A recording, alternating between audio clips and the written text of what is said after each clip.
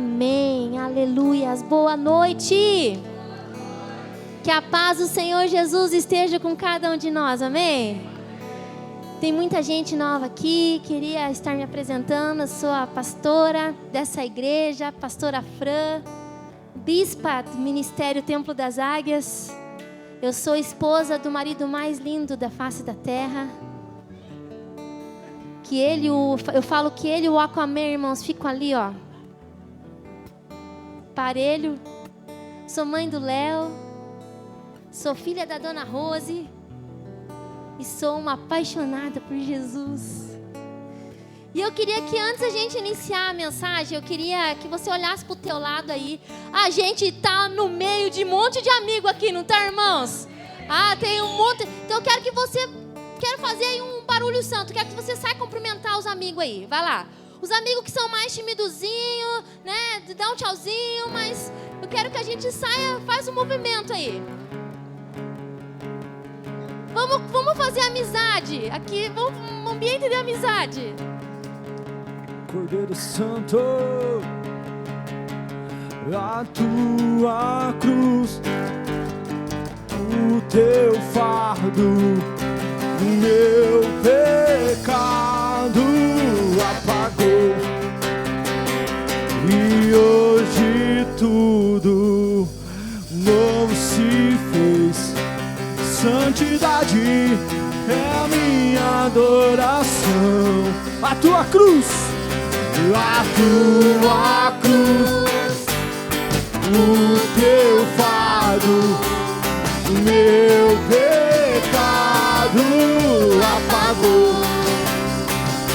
e hoje tudo novo se fez. Santidade é a minha adoração.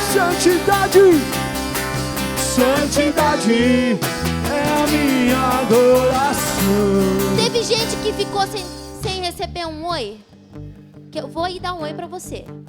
Todo mundo recebeu um oizinho?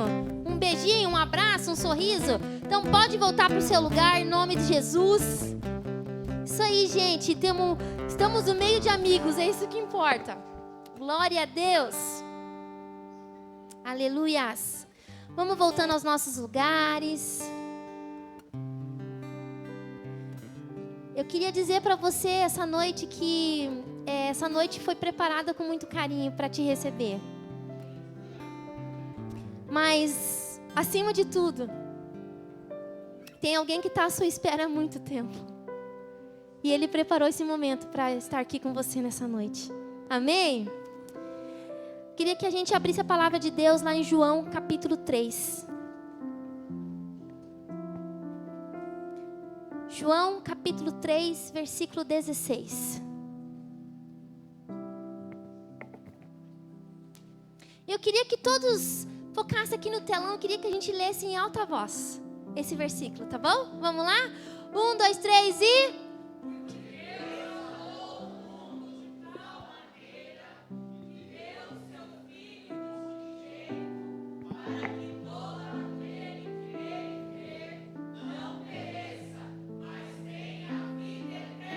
Glória a Deus. Pode se assentar em nome de Jesus.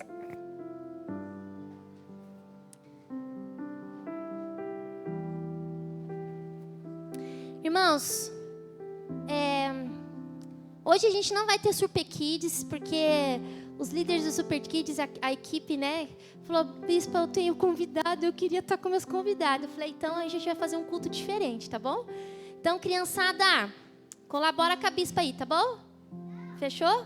O filho da bispa fala: não, gente. Jesus. Gente, vamos lá. A gente vai falar hoje sobre a eternidade. Você já parou para pensar? Normalmente a gente não para pensar muito nisso, né, irmãos? A gente vê a luta que é na família para fazer um plano funerário. É ou não é? Porque a gente não pensa em perder as pessoas. A gente não pensa que um dia, né, todos nós partiremos dessa, né? A gente não pensa nisso, porque a morte é difícil de lidar, é dolorida. Mas existe uma eternidade para todos para todos, para mim, para você, para todo ser humano, existe uma eternidade. E existe um lugar que está sendo preparado para depois, quando a gente morrer. A Bíblia diz que existe um céu e existe um inferno, mas eu quero focar hoje no céu com vocês. Existe um lugar que está sendo preparado com muito amor. E lá em João capítulo 14, a gente vai ler do 1 ao 4, diz assim: que o coração de vocês não se perturbe. Creia em Deus, creem também em mim. Na casa de meu pai há muitas moradas ou aposentos. Se não fosse assim, eu teria dito que vou preparar um lugar para vocês. Quando eu for preparar o lugar, voltarei e os levarei comigo, para que vocês estejam onde eu estiver e que vocês sabem o caminho para onde eu vou. Essas são as falas de Jesus. Jesus, ele afirma que ele foi preparar um lugar para mim e para você. Existe um lugar que está sendo preparado, igreja. Irmãos, eu lembro quando eu engravidei do Léo, eu sempre falei, né? A gente demorou um pouquinho para engravidar dele, né? A gente, com 10 anos de casado, a gente engravidou. E eu sempre falei assim: amor, quando eu engravidar, eu quero fazer um quarto lindo para o nosso filho ou para nossa filha. E assim, irmãos, na época a situação financeira não colaborava muito, né? A gente, numa época de pandemia, a gente assumiu a igreja na época de uma pandemia. E assim, irmãos, a gente morava num apartamento assim, um apertamento, né? Tanto que quando a gente ganhou o carrinho dele, para ir na cozinha, a gente tinha que tirar o carrinho e passar. Saía da cozinha, tinha que colocar o carrinho na sala, porque não tinha muito espaço, lugar. E eu lembro, irmãos, que Deus foi provendo tudo, né? E a gente ganhou um guarda-roupa, e ele ganhou o berço. E a gente foi ganhar uma tinta para pintar o quarto dele. E eu fui lá, comprei um papel de parede. Irmãos, eu deixei o quarto dele lindo, lindo. Quarto, assim, de novela, assim. Novela não, porque não é de Deus. Eu deixei dorama. Deixei um quarto lindo. E com muita expectativa. E a gente precisou mudar de casa, irmãos. Porque quando o Léo nasceu, realmente o apartamento começou a ficar muito apertado. E a gente foi para uma outra casa, um pouquinho maior. E naquela casa a gente não teve condição de deixar o quarto tão bonito, mas deixamos arrumadinho, bonitinho. E o tempo foi passando. E o pessoal aqui da igreja sabe, em fevereiro, né, entrou água na nossa casa e a gente perdeu o quarto do Léo inteirinho. Perdemos tudo. Guarda-roupa, cama, tudo. E eu lembro, irmãos, que ele dormia no colchãozinho no chão e aquilo me arrebentava meu coração, porque um dia eu planejei um quartinho tão lindo para ele e eu vendo ele dormir no chão e aquilo começou a me deixar muito chateado, irmãos. E por que eu estou dando esse exemplo, irmãos? Porque eu sei que muitas vezes ao longo das nossas vidas a gente planeja coisas.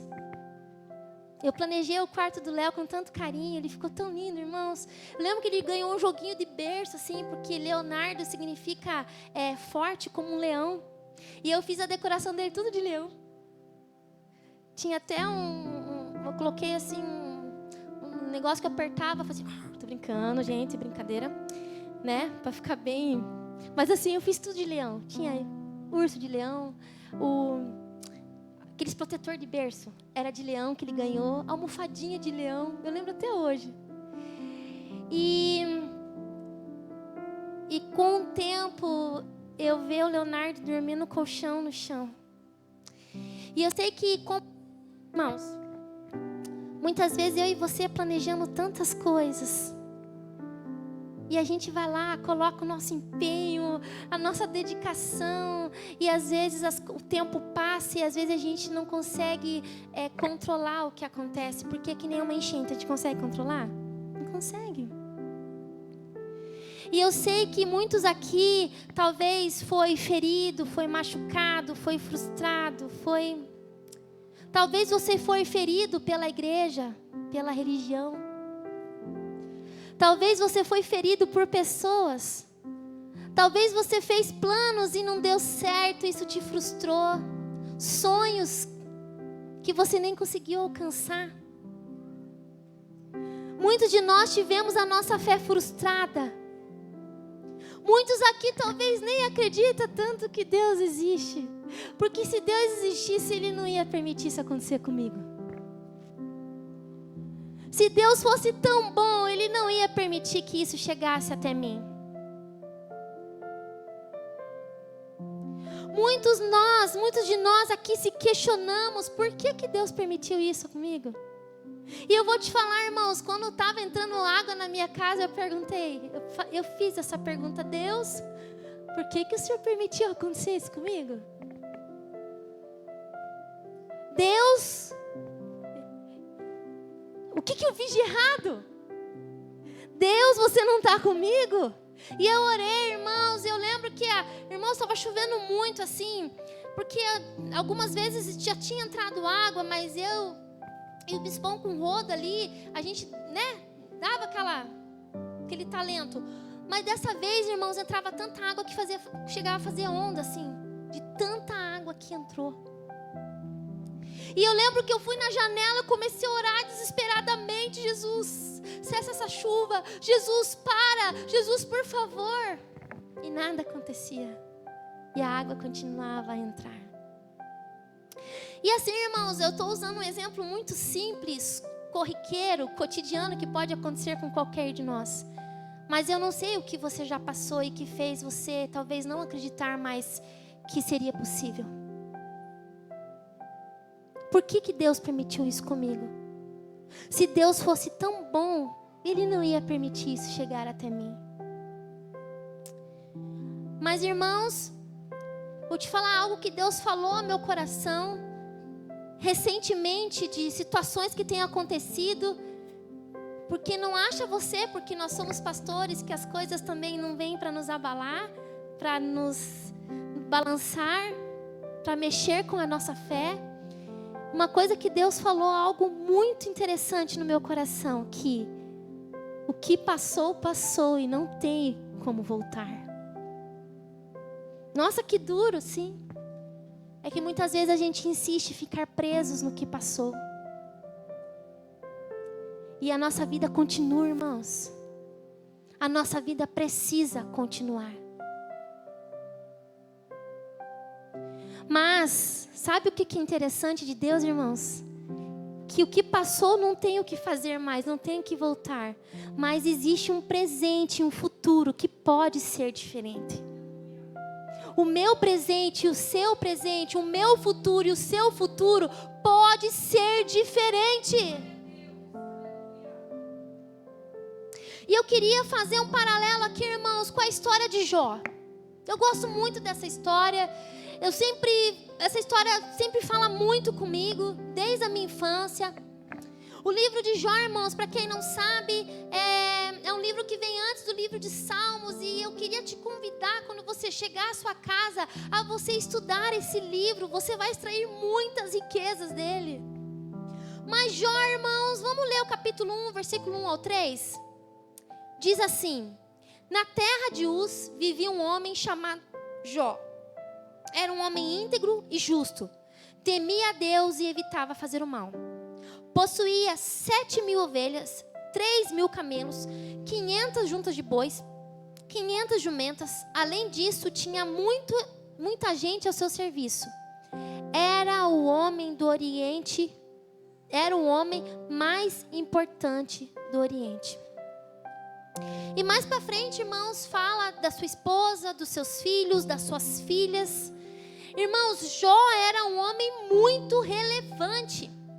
E se a gente vê mais para frente, nesse capítulo 1 mesmo, fala que ele fazia sacrifícios em prol dos seus filhos, caso seus filhos pecassem, ele queria apresentar a Deus para que Deus de alguma forma não condenasse os seus filhos. Ou o que a gente entende? Que ele se preocupava muito com a sua família. Ele se preocupava muito. E, irmãos, num diálogo que Satanás se apresenta a Deus. Satanás, o príncipe desse século, o nosso pior inimigo, o nosso único e pior inimigo, coloca a prova sobre a fidelidade de Jó e sobre a sua integridade, sobre a sua sinceridade. Ele fala assim para Deus que Jó ele era quem era perante Deus, porque no texto fala assim: você viu o meu servo Jó? A gente entende que Deus fala com prazer. Olha lá, ele é íntegro, ele se desvia do mal. E Deus apresenta Jó, e o que Satanás faz? Tendo o que ele tem é muito fácil. Tendo os filhos, a família, a riqueza, tendo a saúde que ele tem, é muito fácil. E Deus então, irmãos, permite Satanás tocar nessas 3 áreas: financeiro, família e saúde. E eu sei, irmãos, que talvez você pode pensar assim: nossa, mas por que Deus permitiu isso com Jó? Por que Deus permitiu essas 3 áreas que são as 3 colunas, irmãos, mais importantes da vida do ser humano? Que é a família, que é o financeiro e que é a saúde. Sabe por que Deus permitiu isso, irmãos? Porque Ele sabia quem era Jó. Ele sabia que independente do que acontecesse, Jó servia Ele de coração. Irmãos, eu preciso que você entenda nessa noite que Deus, Ele deseja ter um relacionamento comigo e com você. O quanto a gente ama Deus. Porque muitas vezes a gente pergunta, você ama Deus? Amo, Ele está no meu coração, mas o quanto a gente o ama?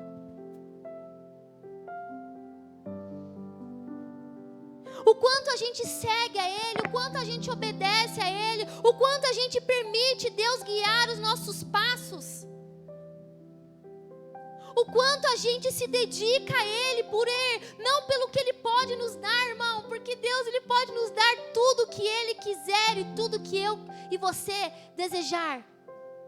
Porque Ele é o Todo-Poderoso, Ele é o dono do ouro e da prata. Irmãos, entenda, não há limites para Deus em nos abençoar. Não há, irmãos. E não é sobre isso que eu quero falar com você nessa noite. Eu quero falar com você nessa noite o quanto eu e você o amamos por quem Ele é e não pelo que Ele pode nos proporcionar. É sobre isso. É sobre esse amor.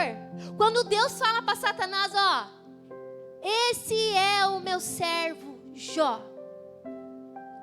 Ele está falando, eu sei que ele não vai deixar de me seguir. Ele me ama.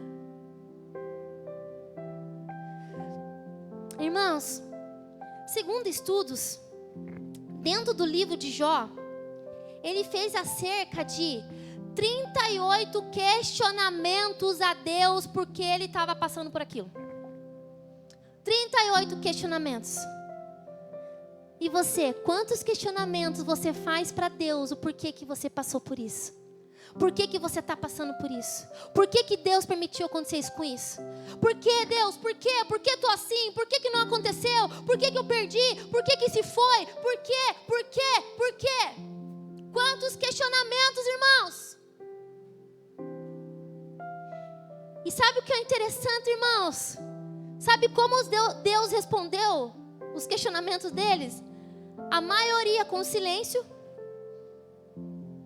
E outros, Deus respondeu com outras perguntas, fazendo Jó refletir. Eu quero que você entenda nessa noite que Deus não está preocupado, irmãos, em responder os nossos questionamentos. Deus, Ele está preocupado em restaurar a nossa história. Porque a Bíblia, irmãos, ela é muito clara.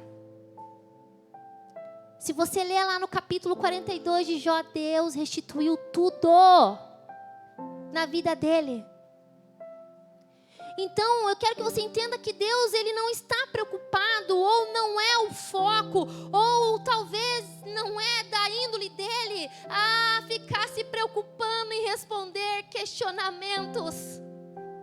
Sabe por quê, irmãos? Irmãos, se eu fosse contar quantos questionamentos o meu pequenininho de 4 anos faz durante o dia, se eu ganhasse 1 centavo por cada pergunta, irmãos, talvez eu faria uma viagem internacional no final do ano. Com tudo pago. Porque é muita pergunta. Mãe, por que isso? Mãe, por que isso? Léo, tem coisas que eu falo assim, mãe, eu falei, não, Deus não gosta. Eu nem sei se Deus gosta, irmã, mas Deus não gosta. Vocês entendem, irmãos? Mas a minha preocupação é cuidar do futuro dele, é cuidar da saúde dele. A minha preocupação é fazer a comidinha que ele gosta. A minha preocupação é a do bispão, principalmente, é ter o leitinho dele todo dia ali para ele tomar o leitinho dele. A minha preocupação, irmãos, é estar com a roupinha dele limpinha, sabe? Comprar o amaciante que não dá alergia porque ele é alérgico. Você entende, irmãos? Eu não tenho tempo, às vezes, para responder todas as perguntas dele, irmãos. Porque o meu tempo está voltado em cuidar dele. E eu acredito que essa é a visão de Deus sobre nós. Aleluias! Deus restaurou Jó por completo.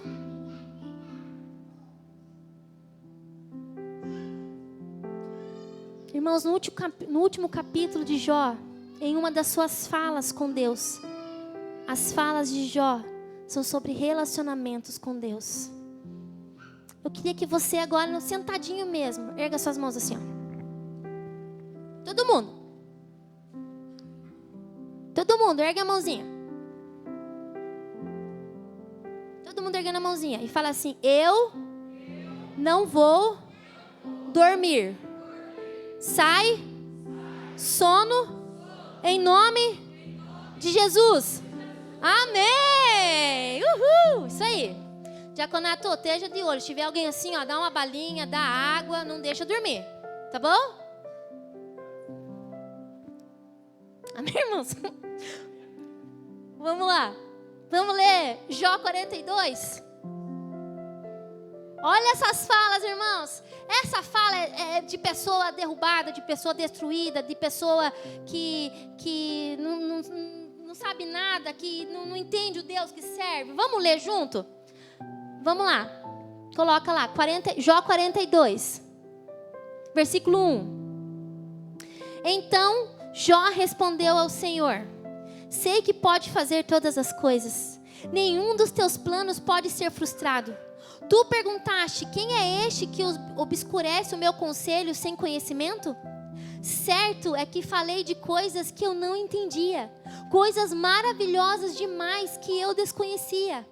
Tu disseste, agora escute e eu falarei, e eu farei perguntas e você me responderá. Olha isso, irmãos. Eu te conhecia de ouvir falar, mas agora os meus olhos te veem. Por isso menosprezo a mim mesmo e me arrependo no pó e na cinza. Isso são falas, irmãos, de uma pessoa que entendeu o propósito de Deus em tudo o que estava acontecendo. Eu quero que você entenda nessa noite que Deus tem um propósito na sua vida. Que talvez você não conheça, talvez você desconheça, talvez você não entenda, mas, irmãos, há um propósito na sua vida.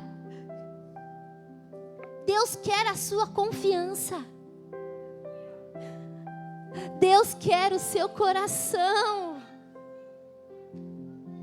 Irmãos, Deus quer restaurar a sua identidade.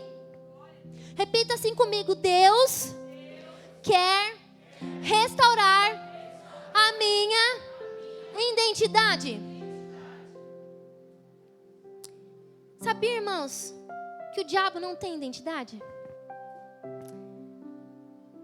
Quando ele foi expulso do céu, irmãos, ele perdeu a sua identidade. E por isso que a maior luta dele, a maior esforço dele é roubar a minha e a sua identidade. Sabe por quê, irmãos? Quando você faz uma identidade,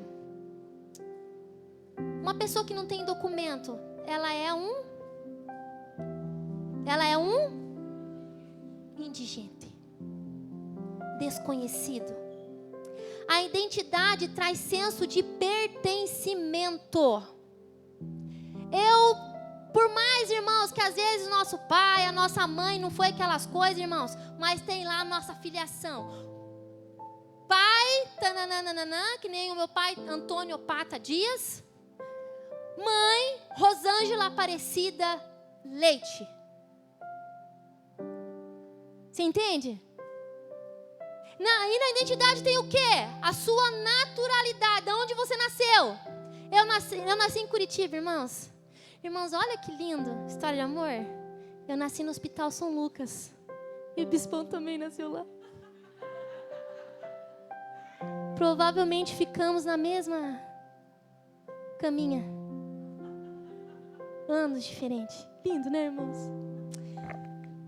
É verdade, irmãos, isso, tá? Não é brincadeira, não. Então, a identidade traz a nossa naturalidade, onde a gente nasceu. A nossa identidade traz a nossa nacionalidade. Qual é o nosso país? Qual é a nossa pátria?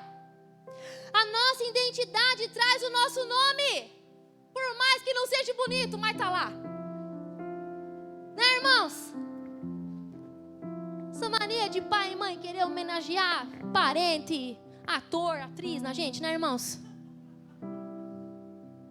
Tem alguém que tem problema com esse nome? Não, precisa erguer a mão. Não quero te... Mas, né, irmãos? Tá lá. Não é um nome tão bonito, mas tá lá. Quando a gente chega no lugar, ó, eu pertenço a esse país. Eu pertenço. Traz um senso de pertencimento, irmãos. E vocês entendem, irmãos, o porquê que a maior trama de Satanás é roubar a nossa identidade? Porque ele quer que você entenda, que você acredite que você não pertence a nada e a lugar algum, que você é um indigente. É isso que Satanás quer que você acredite. Irmãos, na identidade também tem um número de registro que identifica você, que diferencia você de outros seres humanos. Antigamente, irmãos, eu lembro que o CPF era algo que a gente guardava 7 chaves. Porque senão as pessoas usavam para... Irmãos, hoje para tudo a gente tem que pôr CPF. Como os tempos mudam, né? Mas é um número que nos identifica, que diferencia. E eu gostaria, irmãos, de refletir com vocês sobre o que a Bíblia nos direciona sobre possuir uma identidade, segundo a visão de Deus. Sobre a nossa filiação.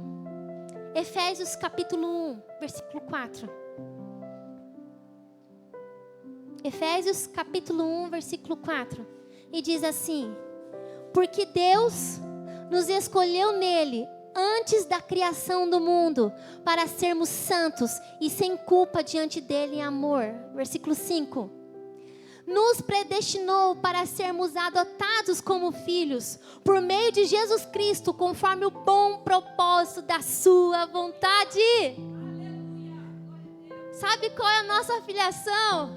Eu e você temos um Pai eterno maravilhoso. E é isso que Satanás quer roubar de nós, irmãos. Satanás quer que a gente acredite que a gente é um indigente, que a gente não tem jeito. Ah, irmãos.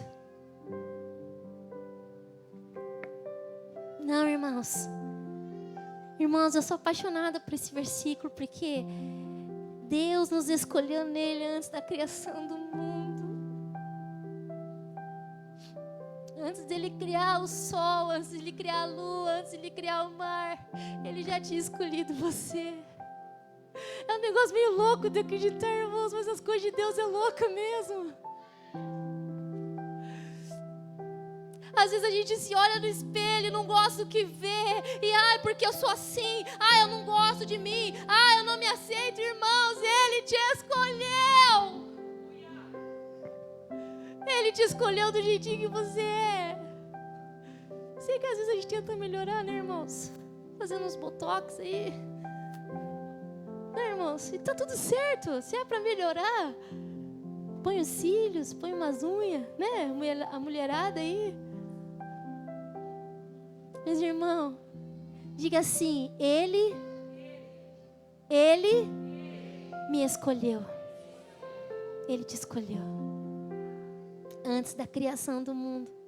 Então, se por acaso você tinha uma ideia de que o teu nascimento foi um erro, que você não deveria ter nascido, isso é uma mentira, porque Ele te escolheu antes da criação do mundo. Ah, irmãos, e Ele nos adotou como filhos. Irmão, é tão bom ser filho. Depois que a gente casa, a gente fica com saudade de ser filho. Porque ser filho, você é todo tempo cuidado. Quando você é filho, você chega em casa da escola, a comidinha está esperando você. Ah, irmãos, a minha lembrança de infância, eu lembro quando eu chegava, eu já falei isso aqui, eu chegava da escola, na esquina eu sentia o cheiro do purê de batata que minha mãe fazia. Purê de batata, filho. É sobre isso, irmãos. Ser filha, você é cuidado. Não que quando a gente é pai, não, irmão, mas você ser filho, você entende que existe alguém por você. E Ele te adotou como filho, porque Ele quer. Eu preciso que você entenda nessa noite que você pertence a um Deus, que você tem um Pai, que você não é um qualquer um, que você não é um indigente, irmãos. Nossa naturalidade,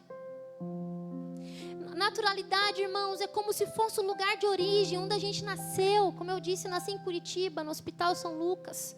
Junto não, porque a idade separa, mas são apenas anos que nos separou, né, irmão? Né, irmão? Eclesiastes capítulo 7, versículo 8, parteado versículo. E aqui, irmãos, Deus falou algo no meu coração. O fim das coisas é melhor que o início.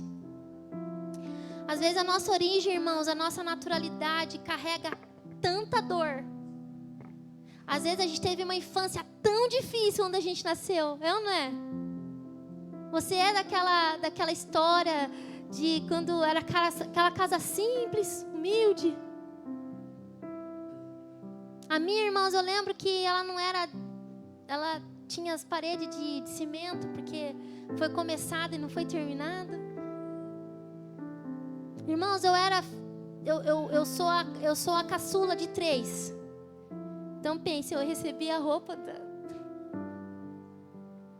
que foi da mais velha, que passou do meio, e tinha que dar graças a Deus quando estava inteiro, irmãos.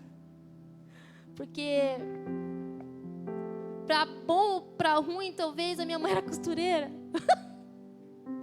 Dava aquelas emendadas, sabe? Quem é da época da escola, do uniforme azul, que aumentava a faixinha aqui, para aproveitar o uniforme? Sim, irmãos. Meu pai, irmãos, glória a Deus, ele morreu em Cristo, mas ele era muito, acho que avarento seria a palavra. Nós éramos em 5 com ele. E ele comprava às vezes 1 litro de leite por 5, ele tomava mais da metade, o que sobrava a gente tinha que se virar. Eu e as minhas irmãs e a minha mãe. Coca no domingo, irmãos, era aquelas coca de vidro. E também ele tomava metade e se vire com o resto. Eu não sei como é que foi a tua origem, como que você iniciou a sua vida.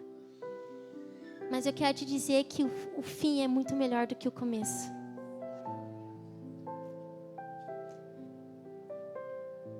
A sua origem, a sua naturalidade pode ter sido muito difícil. Mas Deus pode mudar. Deus pode reverter. Quantos aqui têm uma condição muito melhor hoje quando era criança? Erga a mão.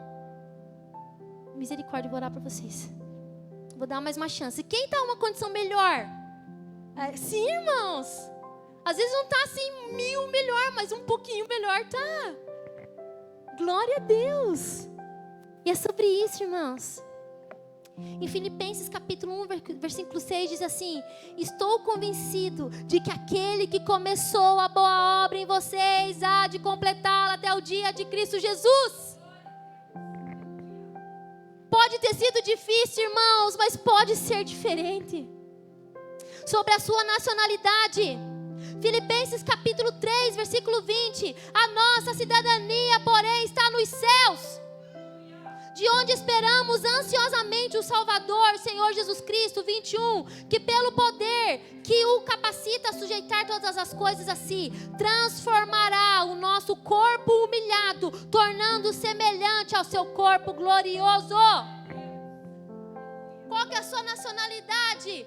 Aqui eu sou brasileira, mas eu sou do céu. A minha pátria é o céu, irmãos. É para lá que eu vou. E eu quero que vocês vão comigo.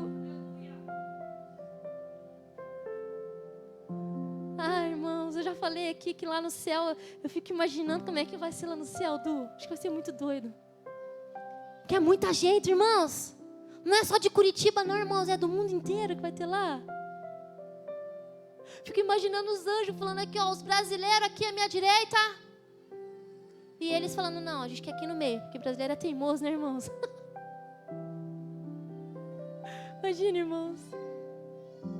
Imagina, irmãos, eu olhar pro lado e ver você lá. Oh, e aí, Iago? Chegamos! Irmãos, a nossa pátria é o céu. É para lá que eu vou, é para lá que você vai. Há uma eternidade sendo preparada para mim e para você. Isaías capítulo 43, sobre o nome, irmãos, sobre o nome que está na nossa identidade. Isaías 43, 1. Mas agora assim diz o Senhor, aquele que criou a Jacó, aquele que o formou Israel: não temas, pois eu o resgatei, eu te chamei pelo seu nome, você é meu. Entenda, uma vez que estamos em Cristo Jesus, nós não somos mais criaturas, somos filhos. E Ele te chama pelo teu nome. Irmão, você consegue entender a dimensão disso? Um Deus, a palavra de Deus diz que Ele carrega o universo na palma das suas mãos. A grandeza desse Deus chamar você pelo teu nome. Não é que nem a gente, às vezes, que não sabe, fala, quando a gente não sabe o nome da pessoa.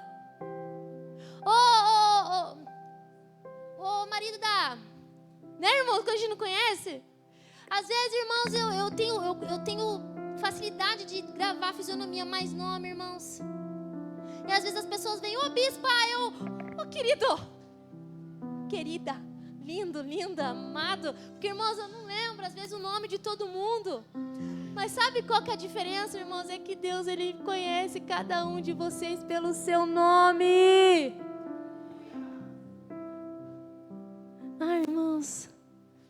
Irmãos, sabe o que é você chegar num lugar que você não conhece ninguém e a pessoa falar assim, pode entrar, Fran?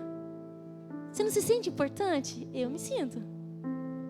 Você chega num lugar que você não está esperando alguém conhecer você ou te chamar pelo teu nome e você fala, uau, aqui conhece o meu nome. Então Deus conhece o teu nome. Ele te chama pelo teu nome. Um pai que conhece e identifica as características dos seus filhos. Sabia que Deus sabe tudo de você? Às vezes a gente tenta esconder as coisas de Deus, irmãos, mas Ele sabe tudo sobre você. Tudo. Coisas boas, coisas ruins.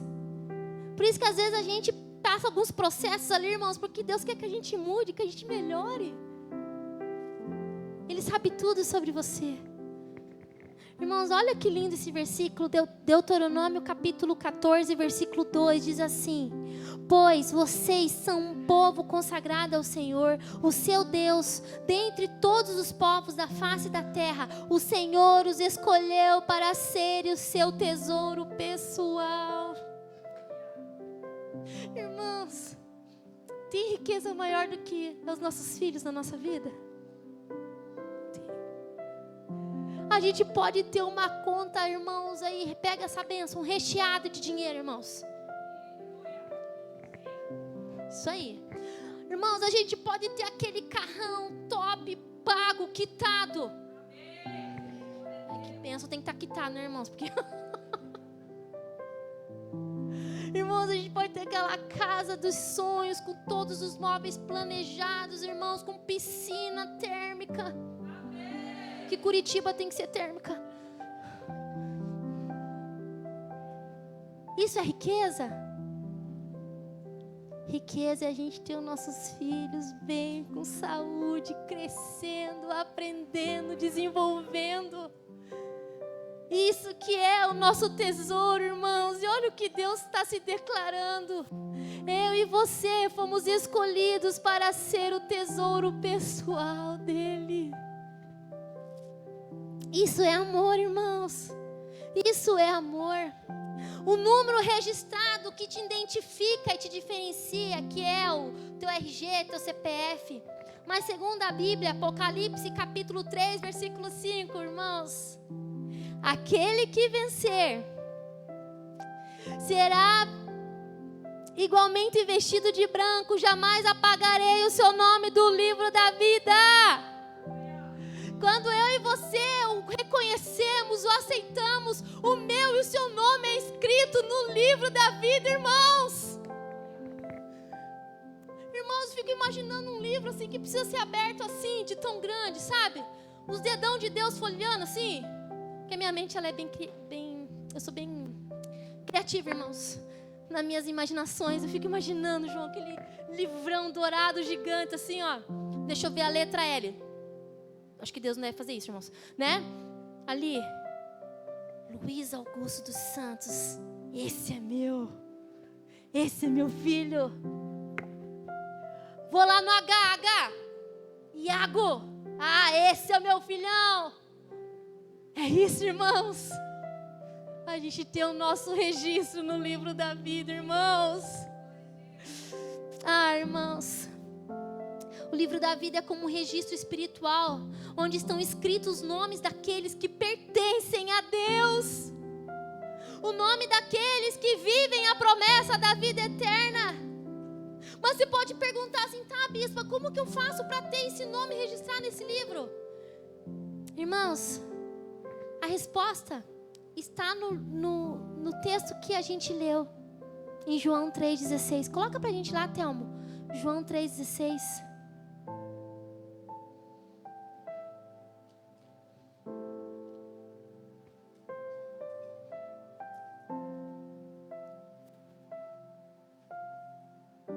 Deu ruim? Vai lá. 2, 3 e... Porque Deus tanto amou o mundo, que deu o seu Filho unigênito, para que todo aquele que nele crê não pereça, mas tenha vida eterna. Aí está o segredo do teu nome estar no livro da vida. Para você entender melhor, Romanos capítulo 10, versículo 9 diz assim: se com a tua boca você confessar que Jesus é o Senhor e você crer no seu coração que Deus ressuscitou dentre os mortos, será salvo. Aqui está, irmãos, um ponto: salvação. Eu sempre falo, irmãos, que a salvação é a nossa maior promessa de todas. Eu e você sermos salvos. Para a gente viver nessa morada que está sendo preparada, para eu e você vivermos essa eternidade com Jesus, para eu e você ter o nosso nome escrito no livro da vida, eu e você precisamos de salvação. E a salvação, ela foi conquistada um dia na cruz. Um homem que se sujeitou a ir para uma cruz, a sofrer açoites, a sofrer humilhações, Ele se permitiu tudo isso, amor, por amor a mim e a você. Ele se permitiu tudo isso, irmãos, porque não dava para viver uma eternidade sem eu e sem você. É sobre isso, irmãos. É sobre salvação. Há uma eternidade sendo preparado para cada um de nós. Há um livro da vida sendo aguardado, o seu nome para ser registrado. E assim, irmãos, eu não sei o que tem te causado dor, eu não sei o que tem te causado frustração. Talvez um dia você seguiu e você se afastou porque aconteceram coisas. Ou talvez você veio hoje porque te convidaram, porque você sentiu vontade de vir. Independente aonde você esteja nessas duas colocações, o Senhor está preparando uma morada para a eternidade para você. Ele quer te salvar, Ele quer restaurar a sua história, igreja.